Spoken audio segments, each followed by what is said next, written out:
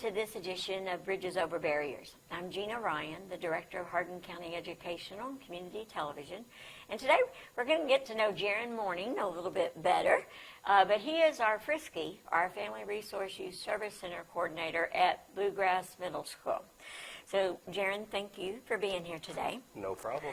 All right, Jerren, for our audience that's watching, tell us a little bit about your history with the Hardin County Schools. So I moved into Hardin County in 2001. So I was an 8th grader at Bluegrass. My older brother was a sophomore at John, and it was John Hardin's first year. And I felt like I just moved into an amazing situation, a great group of people with a great teacher set, and just with this new school opening up, it was just a great opportunity. Enjoyed my time at Bluegrass and graduated from John Hardin in 2006. Now, I was talking about your athletic skills back at that time. Two key areas, football and basketball. You all went first. It was like first in both of those. So you were the quarterback on the Bulldogs team. Talk about your football experience. So playing football at John Hardin was great. We had Mark Brown was our head coach. Amazing coach. An amazing coach. We had a really good team, a lot of size, a lot of speed, and a lot of guys that loved playing football and just shared in a discipline that we all wanted to win. We took some lumps those first couple of years. John Hardin's first year, we didn't even have seniors. So my freshman year, which was John Hardin's second year, was our first year having a senior class, and we were competitive. And we just kept building off that every year to our senior year being able to play in the region championship, going toe-to-toe with some of those big Louisville schools. So it was just an amazing part in my life that's really helped mold me into who I am. I was going to say that playing SADAX in a huge game at John Hardin Stadium was a fun feeling, correct? Yeah, it was crazy to play them. And we had, 60 kids on our team at that time. And a lot of us would play offense and defense. But we had 15 seniors, and to look over and to watch them roll in like different platoons of players, But like we went toe to toe. We lost by 1 point, last second play kind of deal. So yeah, that was sad. We're going to try to have some highlights of that play while you're talking about it. Now basketball also, phenomenal year. Coach Braden. Yeah, we had Coach Braden. Had a really good group. I think we had 9 seniors that year. May Stallworth was kind of our leader. Had Brandon Bland come in. That 1-2 punch was amazing to have. A lot of guys just kind of filled in their roles, and we had a great year. Went toe-to-toe with E-Town the entire year. Which had Stefan. They had Stefan Pettigrew and Todd Atcher and all those guys. We would trade off in like first place for the state throughout the year. They got us in the King of the Bluegrass championship, but then we ended up getting them in the region championship to go to Rupp. It's our first time going to Rupp. I was going to say, what's that feel like? Oh, it was amazing. It was amazing. And that game, that region championship game, it was a double overtime game. Like, we really went out there and showcased our ability, us and them. Was that at Nelson County? Yeah. I remember the caravan. Yeah, the caravan coming back. Yeah. I remember playing in there, and you could look and you could see the condensation on the walls because it was so packed, so hot in that building. That was a phenomenal feeling right there. I've always said covering the Sweet 16, boys or girls, boys and girls is the most. It's at the top. Yeah, I just love that atmosphere is. It's one of a kind, really, to have all those regions represented like that. It doesn't matter whether your school has 1,000 people or 10,000 people. Like, you have a chance to go play there. That's right. They make it a true Sweet 16, no matter how small or how large. Whoever's got the best day will win. Yeah. How did your experience at Bluegrass and John Hardin help you to decide what career path you were going to take? So I felt like I had a great high school experience, and really felt like the community in the school helped me develop into like a really strong, understanding young man. I enjoyed it so much, and I felt like I almost owed Jenkins Road something. So when I learned about the Frisk position, the Frisk at Bluegrass at the time was Andrew Huntley, and he was one of my football coaches. So I kind of got to learn about the position from him. I said, that'd be like right up my alley. I could work in a school building, working with kids without having to be like their direct instructor, so I could kind of not only like have a mentor role, but maybe fill some gaps that might be keeping them from learning that aren't educational gaps, things that we might not always see. I know that I had a great upbringing. I was able to have, both my parents in the house and just a strong household with strong values. And I didn't always see that in my peers' homes. So if I could have the opportunity to help those kids that were just like me and just like my peers, it's like that's 100% what I want to do. Yeah, I mean, that's amazing. When did you start at Bluegrass? 2012. Okay. Now, through the years, COVID kind of changed everything in the terms of the way that we did. Has your position changed from the time you started till now? Oh, yeah, definitely. And it's not, I guess, like COVID happened, that blip in time, like made things really difficult in different ways. But I feel like where we're at now is kind of where we were before then. I might have learned how to do more direct services during that time in different ways to get people involved. But as far as working with kids and the way our school functions, outside of like Chromebooks and technology, we're getting back to it being the same. Just the way that the state has managed money and things like that, and how that's affected our job and our budgets and things like that, how we can use state funds to work with students and work with our schools and community. That's been one of the biggest shifts. I would say in like 2014 or 2015, the Frisky Coalition, really worked hard to let the state know what we do and how valuable we are within the school system and within communities. And I feel like we've been recognized for our work, and not only recognized by people saying like, man, the Frisk do a great job, but it's actually shown in like the state budgets and things like that.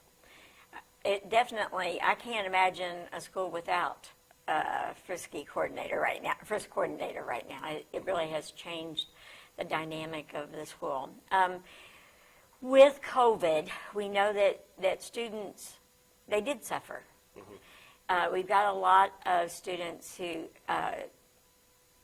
mental anxiety, isolationism, and then you look at the devices in terms of how that's just blown up over the world. So a student in 2014 didn't have a smartphone. If he did, it was one of those little flip ones. Well, in 2014, we were starting that battle. Then I would say when I started in 2012, a lot of the kids had smartphones, but they weren't always connected on like a Chromebook. Right. The smartphone battle is one thing, to try and keep up with them and the way they communicate and the way they're almost ahead of us with those things. But for them to have a Chromebook in front of them where they are actively trying to play games or, go to websites and do different things that instead of using the device to learn while they're in school, like that's more of the battle that we face with their parents. Right. And with AI, it's always been there, but it's more there. It's there now more deliberately, and can seek out. Now, let's talk about some of the things that the Frisk do during the summer to help students for their next school year. Just thinking about going into July and transitioning into a new school year, we'll have our back-to-school bashes. Each pod, we'll say like the Bulldog pod, all the schools that feed into John Hardin will be represented July 15th, that Monday. We'll do it at John Hardin, and it's an opportunity just for the schools to kind of come together. All the students are invited, the parents come, and we'll have community members out there also showing what resources that they have, whether it's an educational resource or whether it's just what they provide in the community. This will be the third year. I believe third. I think it's the third year, and it's been a blast every year that we've done it. It's been so much fun. Well, that helps with those organizations that in the past would go to 1,000 open open houses. houses. Yeah, so it gives everybody that an opportunity to come out to where you don't have to go to all 20 open houses or 27. I'm not sure how many. But instead of having to do all of that, it's a one-stop shop. And, we work to, the first kind of orchestrate it all, and we work to make sure that providers in a certain area are able to see the students and the families that are in that area as well. Now, your pod is pretty easy in terms of Heartland, New Highland, Bluegrass, and then John Hardin. We have Woodland as well. Oh, that's right. They feed into us, and Rineyville does too. Okay. Not huge sections of them, but we do get students from there. And do you know the dates of the South End and the So North the End? South End one should be at Central Hardin this year, and it'll be on Tuesday, July 16th. And the North Hardin one will be on Wednesday, July 17th. Yeah, so 3 nights in a row. 3 nights in a row. It is important that parents can get information and possibly even schedule some time if they need to. But I think that they'll still be getting their schedules at the open houses, but all of the administrators will be out there, the counselors should be out there, a lot of the teachers will be volunteering in different booths. It's an opportunity to have a lot of fun, and I love seeing our students, seeing their friends they haven't seen in 5 weeks or 6 weeks. It's a little, tiny reunion for them to kind of get them in the mindset, hey, I'm going to see you, in 3 weeks, school starting. you've been here since 2012, so you've had your first probably 3 or 4 groups that have graduated now. I have, yeah. And so that you get to you had them when you were in the middle school, and now you can see them mature and graduate. That's the funnest part, I think. It's been amazing. I coached football at John Hardin for a couple of years, so some of the guys from the first 8th grade group that I had, I've been to their weddings and things like that. So to watch them grow into these young men that I was working at while I was coaching them, or I was working with them at Bluegrass, it's just, full circle. Great. It brings joy. Exactly. Yeah. Now, in addition to the community festivals, you have a transition day, and a number of the schools do that for their 6th grade students, correct? Yeah.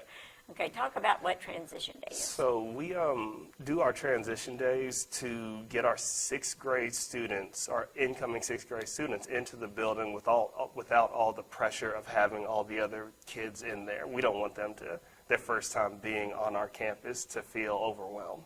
So we do some fun activities. We'll have either some of our counselors or maybe a community mental health therapist talk to them about anxiety and that transition. I'll talk to them about, the different ways that their schedule is going to look and things like that. And it's an opportunity just to have fun in the building. A non-instructional, get to know the building, get to know some of the faces you'll see. At Bluegrass, we'll do ours on July 30th from 1 to 4. And then we'll roll right into our 6th grade open house, so they'll meet their teachers then and get their schedules. And then right after that, our 7th and 8th grade will come through and get their schedules. They know the building. They won't need all that time.